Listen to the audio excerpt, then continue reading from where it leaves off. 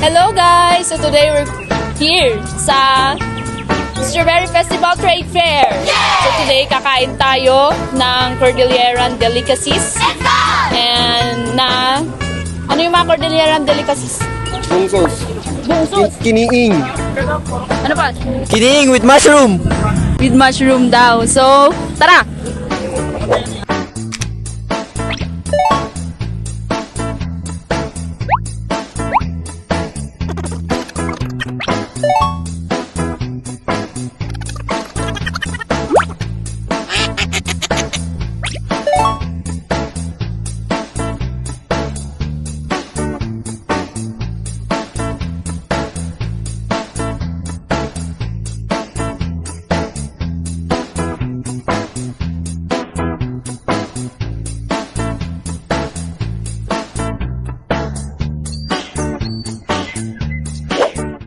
Andito po tayo ngayon sa isa sa stall sa La Trinidad Strawberry Trade Fair na may Cordilleran Delicacies. Ito po yung isa sa mga menu nila. Ito po ay buy one take one rice bowls, kiniing gisado, bongsos gisado, kiniing mix, smoked ribs, kiniing mushrooms, and lastly, free pork soup for only $199. Sulit, di ba? Tara! Cash on hand. So ngayon guys, mag-order na tayo ng pagkain. Kasi nagugutom na ako. Nabuli gusto ko mag-vlog. Anong gawin ko? Mangibabay. Baka nalilito kayo. Ito ang menu dito. Hoy! Hindi daw menu. Bakit? Kiniing yarn.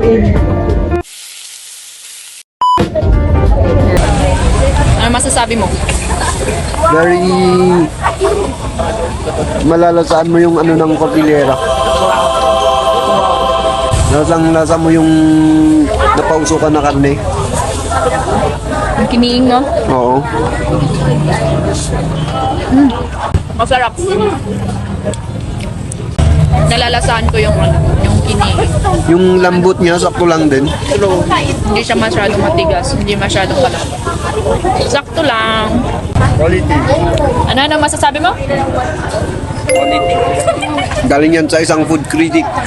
Food critic? Sarap ba yan? Oh? Sabihin mo nga doon kung totoo. Ano naging din ako? Sarap? Ginundan.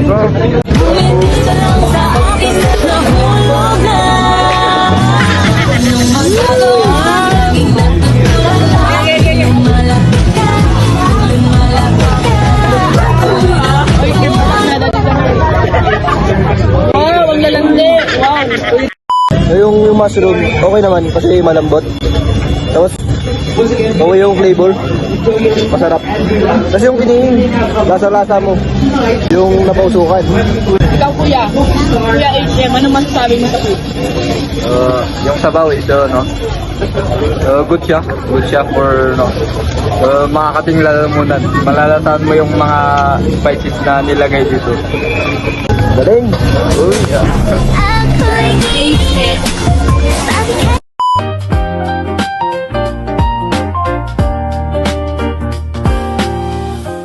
Anong course kayo? communication. Bachelor of Arts in Communication. The first question ko, sir, why did you start a business like this?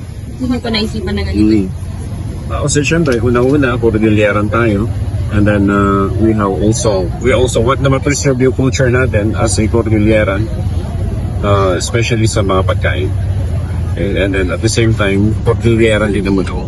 Bakit nyo pa naisipan na i-add yung Cordilleran Delicacies as your... It's the main menu actually, pero meron na yung mga ibang hindi na hindi Cordilleran.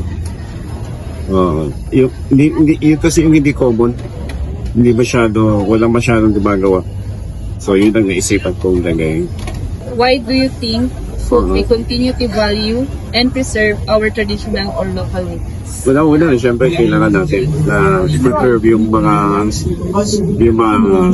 ginana natin. Yung mga delicacies, yung ling, sauce, ganyan. Yung mga iba't ibang mga klase ng delicacies. Pinag-tiniktikan, ganyan. Kasi, siyempre, we value our culture. We value kung saan tayo nanggaling. We value the food that our parents, grandparents have learned to love. Ano po ba piniprepare yung food? Napausukan. It's either kiniing or kinunay, parehas din naman. Or smoked meat. So, hindi lang naman dito sa Cordillera nagpapausok. Meron din sa ibang bansa.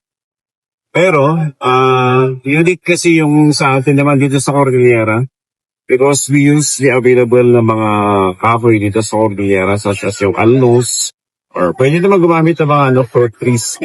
Sir, baka gusto niyo mag-promote pa ng Business. baka gusto niyo pong i-promote yung Cordilleran Delicacies. Try nyo na lang dito sa KU5. No, ha? Ito Strawberry Festival tayo. We are trying to promote this, our business. At the same time, yung delicacies natin. Nakita naman namin ang pag-welcome nila, especially younger generations. Gusto pala nila. Because yung mga ganitong mga pagkain, dati yung mga elders ang gumagawa. Pero ngayon, younger generations, they already have a hand on it. Kumbaga, pwede na lang matitikman.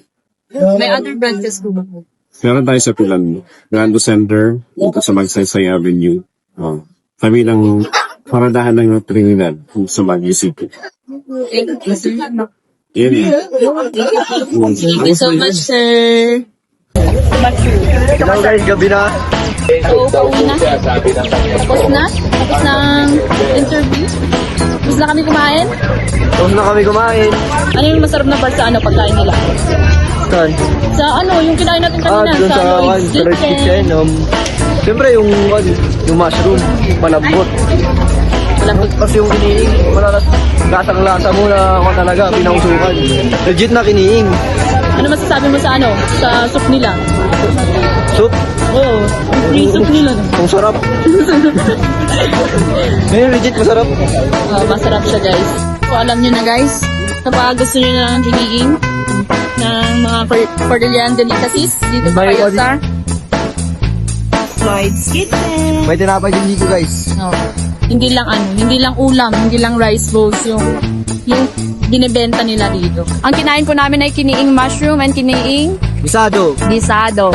Ayan, kapag gusto nyo pa na itry yung mga different na na luto ng kiniing is nandito lang sa KM5 sa Strawberry Trade Fair. And don't forget to Share, like, and subscribe. And huwag nyo kalimutan, mag-comment kayo sa baba for more exploration. bye! Okay.